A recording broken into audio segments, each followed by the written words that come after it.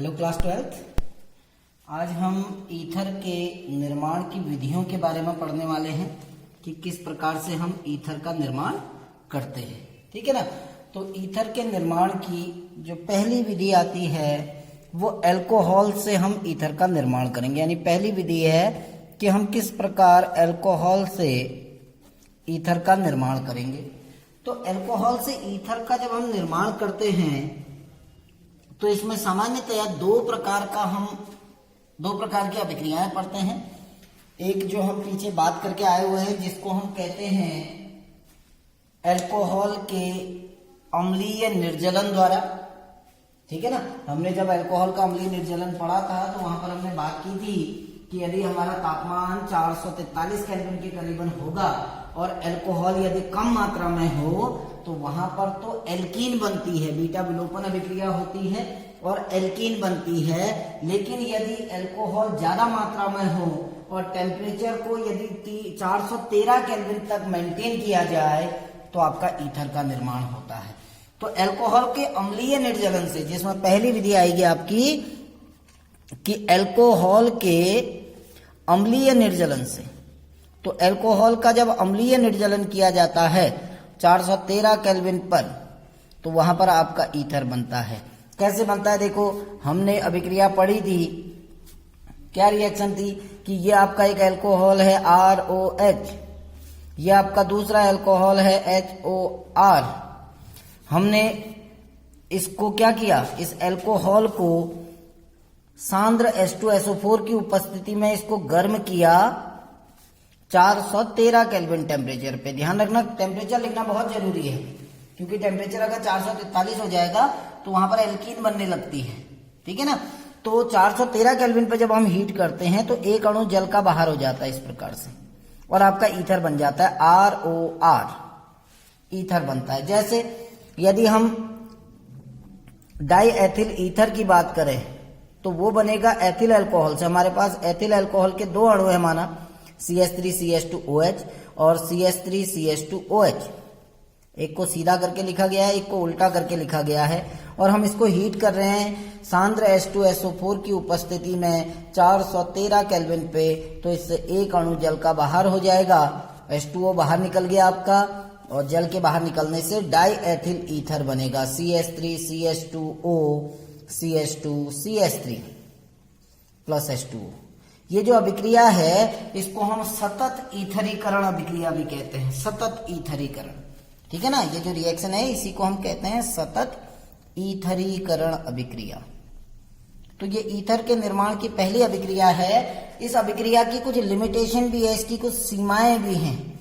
और सीमाएं क्या हैं देखिए, मैं आपको ऐसी बता देता हूं। सीमाएं हैं कि यदि टेम्परेचर आपका बढ़ जाए किसी कारणवश, ठीक है ना, यदि तापमान 443 केल्विन तक पहुंच जाए तो आपका एल्कीन बनने लगेगी। आपको पता है कि यदि टेम्परेचर 443 केल्विन पहुंच जाए कैसे ही, तो आपका ईथर नहीं बनेगा बल्कि एल्कीन बनेगी। तो ये इसकी सीमा है, यानी इससे आपको 100% ईथर नहीं मिलेगा, कुछ मात्रा में एल्कीन का निर्माण भी होने लगता है। ठीक है ना। अब हमने अल्कोहल के अम्लीय निर्जलन की क्रियाविधि पढ़ी थी। आज हम इस जो अभी ये सतत ईथरीकरण है इसकी क्रियाविधि पढ़ेंगे कि किस प्रकार सतत ईथरीकरण की अभिक्रिया होती है। तो सबसे पहला जो काम होता है वो ये है कि जो H2SO4 है ये विघटित होता है H positive plus HSO4 negative में, यानी आपका एक प्रोटॉन बन गया। लगभग अभिक्रिया सेम ही है, क्रियाविधि थोड़ा सा अंतर आता है एक जगह पे। यहां पर क्या हुआ, आपका H पॉजिटिव आयन बन गया। ठीक है ना, जिसको हम प्रोटॉन कहते हैं। दूसरे पद में ये जो प्रोटॉन होता है ये अल्कोहल अणु पर आक्रमण करता है CH3CH2OH। आपको पता है ऑक्सीजन के चारों ओर 4 इलेक्ट्रॉन होते हैं।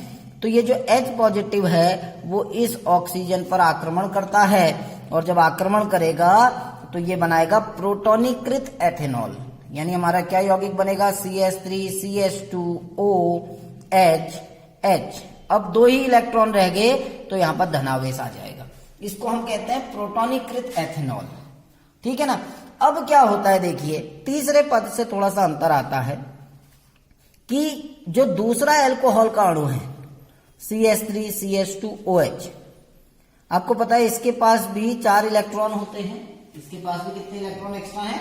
4 इलेक्ट्रॉन एक्स्ट्रा हैं। तो ये जो प्रोटोनीकृत एथेनॉल बना था यही तो था HOH CH2CH3, और इस पर 2 इलेक्ट्रॉन थे और धनावेश था।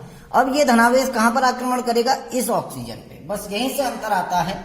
जैसे ही ये प्रोटोनीकृत एथेनॉल इस दूसरे अल्कोहल अणु पर आक्रमण करता है तो एक मध्यवर्ती यौगिक बन जाता है, एक मध्यवर्ती यौगिक बनता है। और वो मध्यवर्ती यौगिक क्या होता है? देखिए, वो मध्यवर्ती यौगिक बनेगा आपका CH3CH2OH C2H5। इसको हम ऐसे भी लिख सकते हैं, C2H5 नहीं लिखते हैं तो CH2CH3OH2, या ऐसे लिख दीजिए OHH। ये आप इसको ऐसे दिखा सकते हैं, इस पर धनावेश हो जाएगा, ठीक है ना। तो यहां पर एक बॉन्ड बन गया इनके बीच में। ये बंध पूरी तरह निर्मित नहीं होता है, इसीलिए इसको आप अगर दिखाना चाहें तो डॉटेड लाइन से दिखा सकते हैं, इस वाले बंध को भी और इस बंध को भी डॉटेड लाइन से दिखा सकते हैं, ठीक है ना। अंतिम पद में, चौथे पद में क्या होता है? ये बंध पूरी तरह टूट जाता है ये वाला, और ये बंध पूरी तरह निर्मित हो जाता है। यानी हमारा यौगिक क्या बनेगा? देखिए, CH3CH2OH single bond CH2CH3 plus H2O। H2O आपका बाहर हो गया, ये वाला जल का अणु आपका बाहर हो गया। और इसके बाद जो 5वां पद आता है, 5वें पद में क्या होता है? ये H पॉजिटिव आयन बाहर निकल जाता है। तो जैसे ही ये आयन बाहर निकलेगा H पॉजिटिव के फॉर्म में, ये 2 इलेक्ट्रॉन ऑक्सीजन के पास आ जाएंगे, तो ऑक्सीजन का धनावेश खत्म हो जाएगा। CH3CH2O CH2CH3 plus H positive, और ये H पॉजिटिव जो है, ये जो प्रथम पद में यहां पर जो ये बचा हुआ था HSO4, इससे क्रिया कर जाता है और फिर से आपका क्या बन जाता है? H2SO4 बन जाता है। तो ये ईथरीकरण, ये जो आपका है सतत ईथरीकरण, इसकी एक क्रियाविधि है, सतत ईथरीकरण की क्रियाविधि। दूसरी जो दूसरे अल्कोहल से दूसरा निर्माण होता है दूसरे प्रकार का, वो होता है अल्कोहल के उत्प्रेरकीय निर्जलन द्वारा। पहला तो अम्लीय निर्जलन था, दूसरा होता है अल्कोहल के उत्प्रेरकीय निर्जलन द्वारा, यानी उत्प्रेरकीय निर्जलन होता है। तो उत्प्रेरकीय निर्जलन द्वारा कैसे होता है? बस केवल इसमें आपको उपस्थिति याद रखनी है कि जो अम्लीय निर्जलन होता है वो H2SO4 की उपस्थिति में होता है सांद्र, और जब उत्प्रेरकीय निर्जलन होता है तो वो Al2O3 की उपस्थिति में होता है।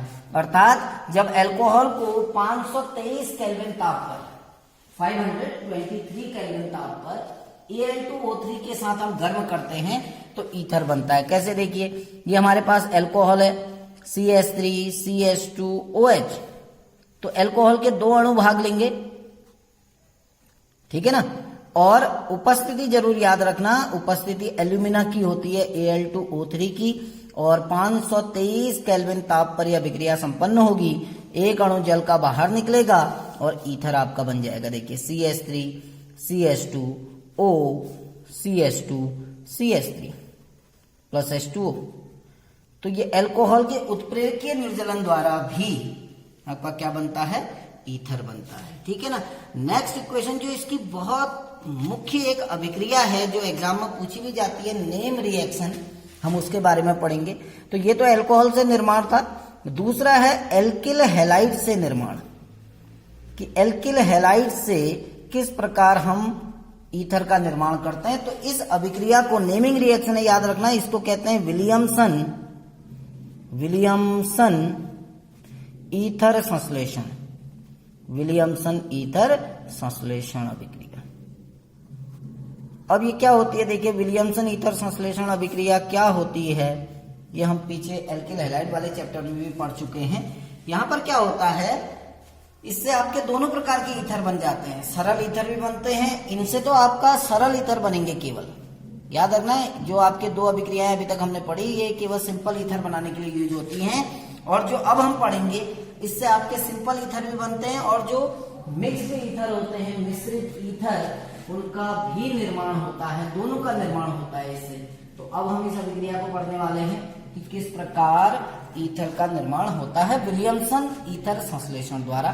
तो हम इसमें क्या करते हैं कि जब किसी एल्किल हैलाइड की अभिक्रिया, आपके पास कोई एल्किल हैलाइड है, उस एल्किल हैलाइड की अभिक्रिया आप सोडियम एल्कोक्साइड के साथ करेंगे। देखिए मैं इसको लिख रहा हूं, आपके पास कोई एल्किल हैलाइड होगा, ठीक है ना, और आपको उस एल्किल हैलाइड की अभिक्रिया करानी है किसके साथ?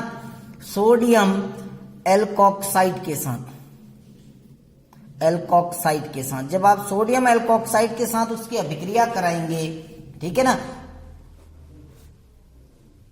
Na और अल्कोहल की उपस्थिति में, ROH कोई भी, तो आपका ईथर बनेगा, आपका ईथर का निर्माण होगा।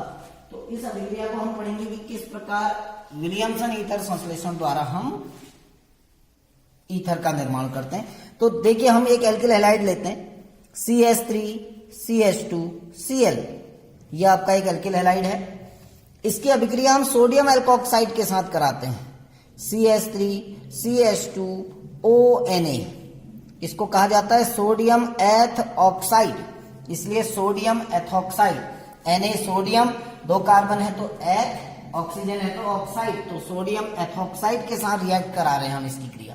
होता क्या है, जब हम इसकी सोडियम एथॉक्साइड के साथ रिएक्ट कराते हैं तो Na और Cl, या जो हैलोजन है वो बाहर हो जाएगा, हैलोजन सोडियम हैलाइड के फॉर्म में, और आपका ईथर बन गया। देखिए CH3CH2OCH2CH3। तो ये आपकी विलियमसन ईथर संश्लेषण विधि है, और इतनी विधियों द्वारा हम ईथर का निर्माण करते हैं। अपने नेक्स्ट टॉपिक में हम ईथर के भौतिक और रासायनिक गुणों के बारे में बात करेंगे। उसके बाद ये चैप्टर आपका समाप्त हो जाएगा। फिर हम एल्डिहाइड और कीटोन के बारे में बात करेंगे। Thank you.